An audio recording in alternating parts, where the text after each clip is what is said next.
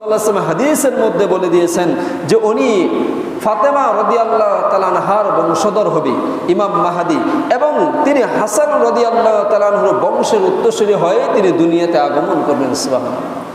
রাসূল আরও বলেছেন যে ইমাম মাহদীর নাম হবে মুহাম্মদ, আমার নামে নাম ইমাম মাহদীর নাম হবে মুহাম্মদ।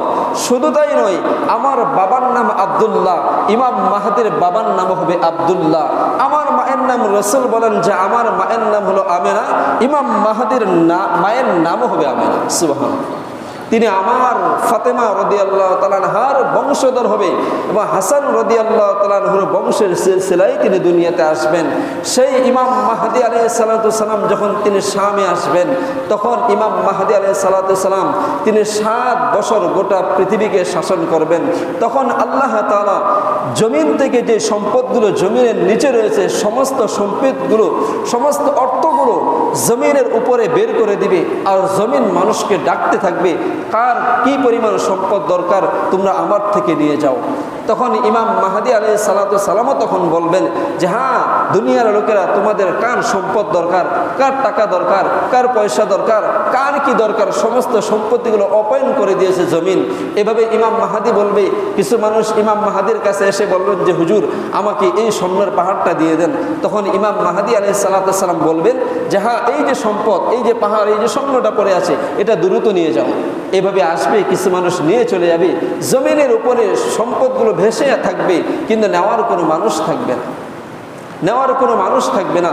তো ইমাম মাহদী আলাইহিস সালাতু সালাম যখন শামে তিনি আসবেন, আসার পরে সেখানে তিনি 60 বছর তিনি দেশ শাসন করবেন। এর ভিতরে ইমাম মাহদী আলাইহিস সালাতু সালামের পরে আবার কানা দাজ্জালেরও আবির্ভাব ঘটে যাবে। কানা দাজ্জালও কিন্তু এই জমিনের মধ্যেই রয়েছে। কিভাবে রয়েছে? একজন সাহাবী, তামিম দারি একজন সাহাবী, উনি এখনো ইসলাম ধর্ম গ্রহণ করেন নাই। ওই সাহাবী একদিন হঠাৎ ওনার সাথে আরেকজন সাহাবীকে নিয়ে তিনি একটা সমুদ্র সৈকতের মধ্যে ভ্রমণ করতে গেলেন। দেখতেছে একটা দ্বীপের মধ্যে কানা দাজ্জালকে মাথা নিচের দিকে করা হয়েছে, পাগুলো উপর দিকে করা হয়েছে। ওই দ্বীপের কূপের মধ্যে তাকে এভাবে বেঁধে রাখা হয়েছে। তখন তাকে জিজ্ঞাসা করে, তামিম দারি তাকে জিজ্ঞাসা করে, কি ব্যাপার, আপনি কে, আপনার পরিচয় কি? তখন সে বলে, আমার পরিচয় তো আমি দিব, আগে বলো তোমাদের কি পরিচয়। তখন তামিম দারি বলতেছে যে আমি হলাম তামিম দারি, আর উনি হলেন আমার সফর সঙ্গী। তখন বলতেছেন, তোমরা কি মক্কা থেকে এসেছো? বলে হ্যাঁ, আমরা মক্কা থেকে এসেছি। আচ্ছা, মুহাম্মদুর রাসূলুল্লাহ যিনি শেষ নবী, ওনার কি অমুক অমুক যুদ্ধগুলো হয়ে গিয়েছে? বলে হ্যাঁ, সেগুলো সব হয়ে গিয়েছে। সব কমপ্লিট হয়ে গেছে? বলে হ্যাঁ, কমপ্লিট হয়ে গেছে। তখন তামিম দারি জিজ্ঞাসা করবেন কানা দাজ্জালকে যে আপনি এখানে কে, আপনার পরিচয়টা কি? তখন কানা দাজ্জাল পরিচয় দিবে, তা আপনারা কে শোনেন নাই?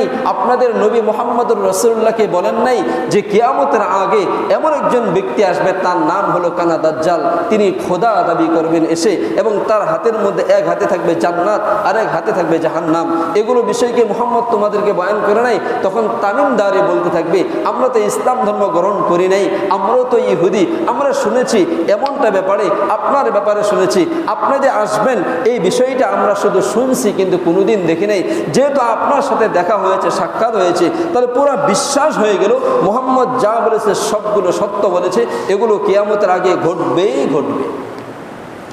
তার পরিচয় সম্পর্কে যখন জানলেন, তামিম দারি সেই দ্বীপ থেকে যখন চলে আসলেন আল্লাহ রসুলের সামনে, এসে বলতেছেন, ইয়া রাসূলুল্লাহ, ইয়া হাবিবাল্লাহ, আমরা তো এমন একজন ব্যক্তির সাথে সাক্ষাৎ করেছি, এমন একজন ব্যক্তির সাথে আমাদের সাক্ষাৎ হয়েছে, সে নাকি কানা দাজ্জাল, তার নিজের পরিচয় সে নিজেই দিয়েছে, যার হাতে জান্নাত থাকবে, যার হাতে জাহান্নাম থাকবে, সে গোটা পৃথিবীকে জালেমভাবে শাসন করবে, ওই ব্যক্তির সাথে আমরা সাক্ষাৎ করে এসেছি। তখন আল্লাহ রসুল সাল্লাল্লাহু আলাইহি ওয়াসাল্লাম বলতেছেন, তাকে কথাই তোমরা দেখেছো, কোন সমুদ্রের মাঝে, কোন দ্বীপে তাদের সাথে সাক্ষাৎ হয়েছে? যখন তিনি পরিচয়টা দিবেন, আল্লাহ রাসূল সাল্লাল্লাহু আলাইহি ওয়াসাল্লাম সেই দ্বীপটা, সেই জায়গাটাকে অপরিচিত